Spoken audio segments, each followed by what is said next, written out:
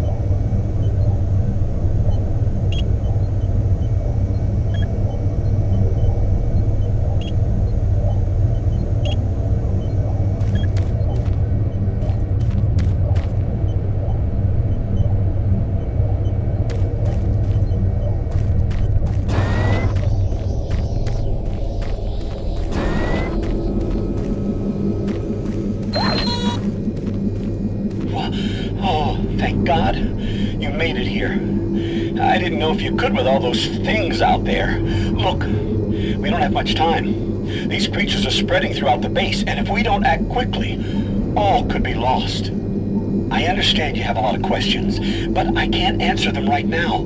All I can say is we need to get the teleporter in the next chamber working. But to do that, I need you to find a plasma inducer for the stabilizer bank.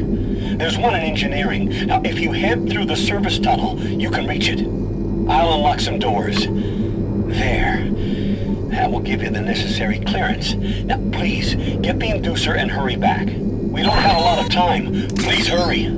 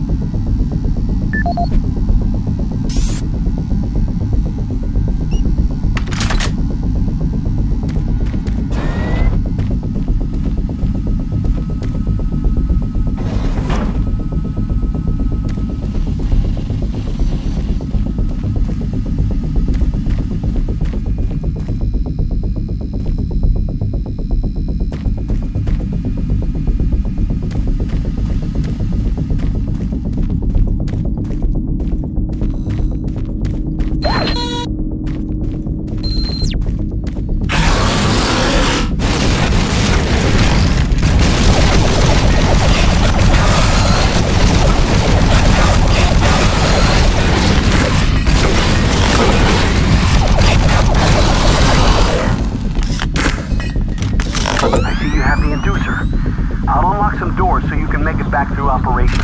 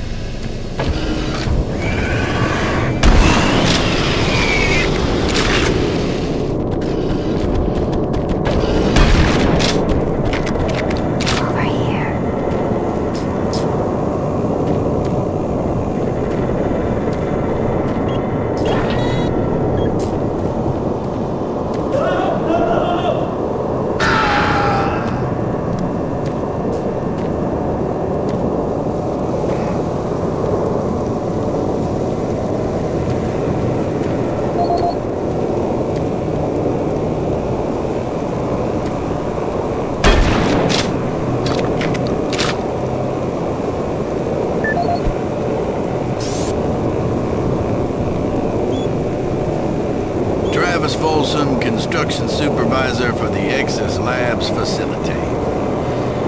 We recently reached substantial completion on the facility's engineering sector and began work on the environmental systems sector early. At this rate, we should be able to impress the big boys up in Central Authority and score our completion bonuses. Last week I reviewed the construction documents and found another item where we can cut costs. My glass subcontractor mentioned the Moxum pressure seals for the exterior windows can be replaced with much cheaper Mixum seals. I submitted the alternative material selection to the base architect for review. On our Tuesday progress meeting, he argued the Mixum seals aren't up to spec. He complained that those seals are inferior and could cause air leaks or glass blowout. What the hell's he know? Pennsylvania draftsman thinks he's designed a fancy hotel. Hey, guess what? I was building shit before he was born. Anyway, I managed to get the Mixom seals ordered. I bypassed the architect and talked directly to corporate.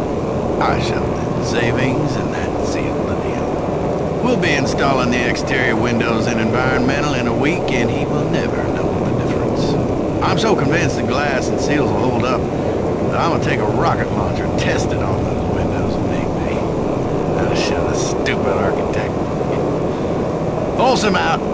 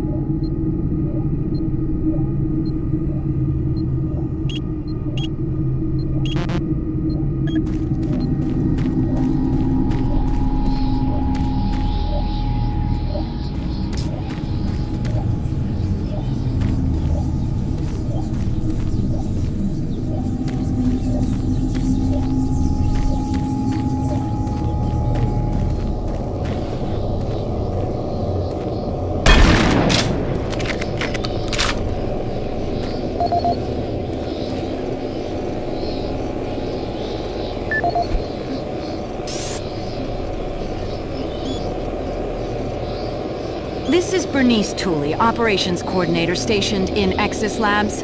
I would like to file my third formal complaint to Central Authority about the problems with the work environment here in Exis. It has become increasingly difficult to be productive while construction is going on throughout the facility. The construction workers are rude, lack common courtesies, and are overtly sexist. They use our office space as an unauthorized shortcut and track dirt and debris as a result. In addition to their mess, they insist on drilling and hammering during our core staff hours. Some of them have repeatedly made inappropriate comments that clearly fall under sexual harassment.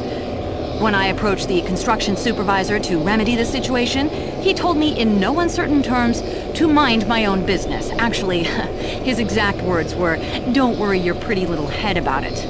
We are already on edge with the unexplained events occurring around the facility, and to add this insult to our tight schedule is too much to bear.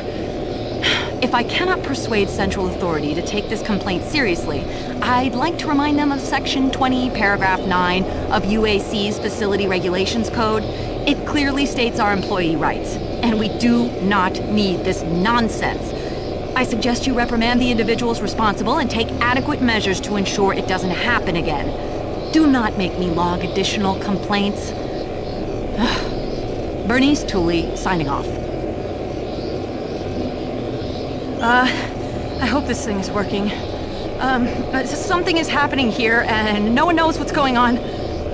The power is going crazy. We can't communicate with Central Administration, and I've heard something like screams. I don't know. It was so disturbing. Okay, my assistant left me, and I'm all alone here. Okay, I'm gonna try to get the network working, but the systems are acting just crazy. I don't know what to do. I think what was that? Oh. Oh, God. No!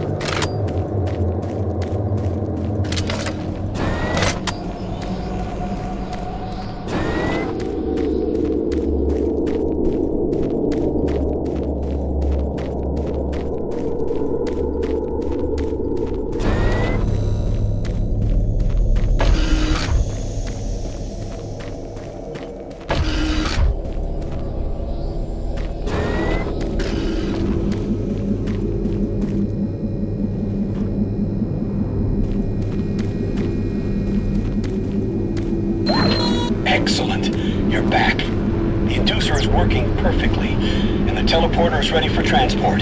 Here's the situation. There's a teleporter outpost in the other dimension, and it's still operational. It's very powerful, and it has a range that could lead those demons all the way to Earth. I would disable it myself, but it requires 2 people to do it. One person at the outpost to initiate the teleporter, and another person here to transmit a power surge to destroy it.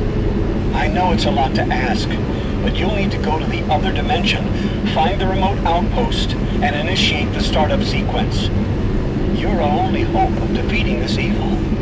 I've got the teleporter ready to go. All you need to do is go into the chamber and initiate the sequence. I'll handle the rest from here. But before you go, I want to give you my personal account of what happened here. It explains everything. The advanced teleporter, how the madness started, everything. It's over there on the console. Please take it. The world needs to know the truth. And good luck.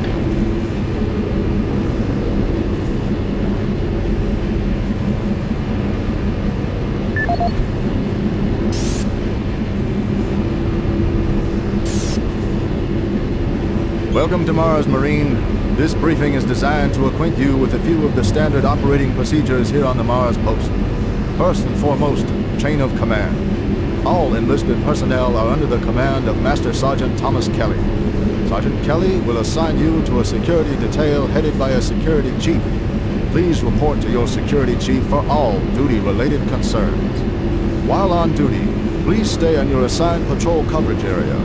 All PCAs have been pre-designated to provide overlapping security and maximize efficiency. All personnel must have proper authorization in assigned areas. Be sure to annotate any discrepancies on your security inspection report. Safety is integral to all operations here on Mars. Handle firearms with extreme caution. Never discharge weapons in an area that may compromise the installation's structural integrity. Remembering these procedures is paramount to your success here on Mars. Keep in mind that you represent the greatest fighting force in the galaxy, and your actions are a reflection on the Corps. Take good care, and good luck on your new assignment. My name is Dr. Richard MEYERS. I'm a research specialist stationed in Nexus Labs. I don't know who will be hearing this, but I wanted to alert someone of the disaster at Mars City. What has been unleashed across this base is an unimaginable evil, and we only have a slight chance of stopping it. The research I participated in was the next step in teleportation. To give context to my research, back in 2115, UAC I have the teleporter sequence already configured. Martian Just activate the main console. At the When you Urbis reach the dig outpost, site, they I'll found be a able to Martian communicate with you. teleportation device. Good luck. It was non-functional, and all attempts to start it proved fruitless. It took many years, but the researchers managed to learn. Welcome to Mars, Marine. My name is Dr. Richard MEYERS, and I'm a research specialist stationed in Nexus Labs. I don't know who will be hearing this, but I wanted to alert someone of the disaster at Mars City.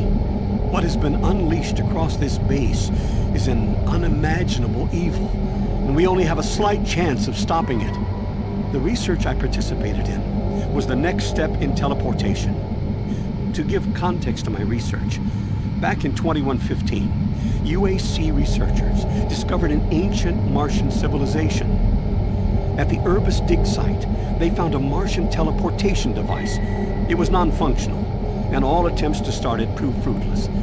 It took many years, but the researchers managed to learn enough from the device and other wall carvings to reverse engineer it. The first prototype teleporter, codenamed Project Mercury, was built in Delta Labs and became operational in 2139. This teleporter was only capable of short distance travel and limited quantities of matter transference. It could only teleport a single test subject, small animals and chimps usually, across a room.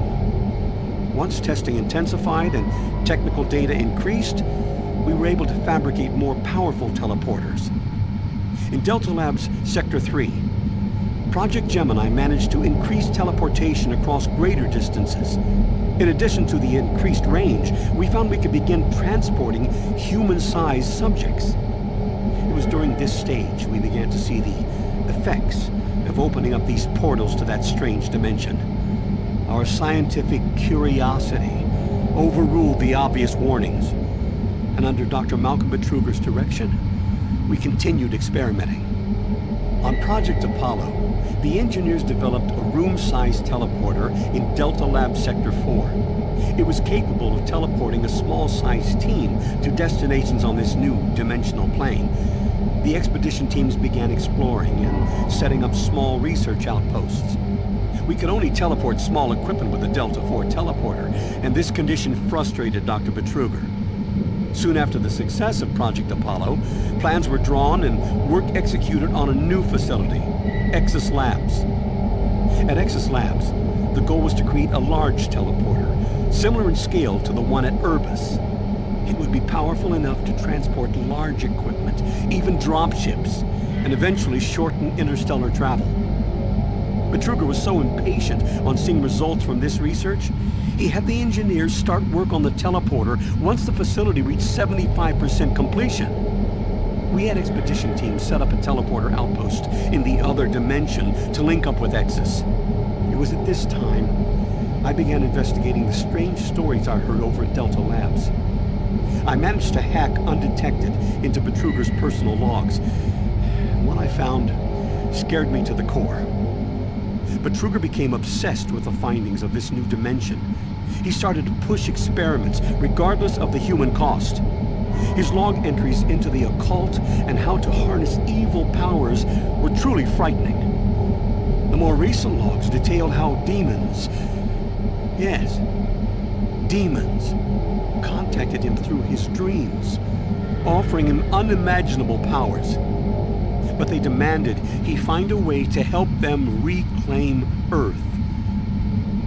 It was then I realized that this other dimension was hell itself. By the time I realized his plan, Betruger had started the invasion.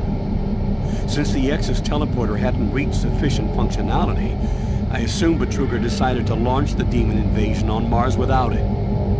However, the Hell Outpost teleporter is operationally ready, and it's only a matter of time before Betruger decides to use it. I'm going to try to reach Chief Engineer Rhodes in the Enpro facility to divert enough power to Exus, and with a little luck, create a big enough power surge to destroy it from here. I can only pray God will forgive me for my part in all this, and help me make things right. Lord, save my soul.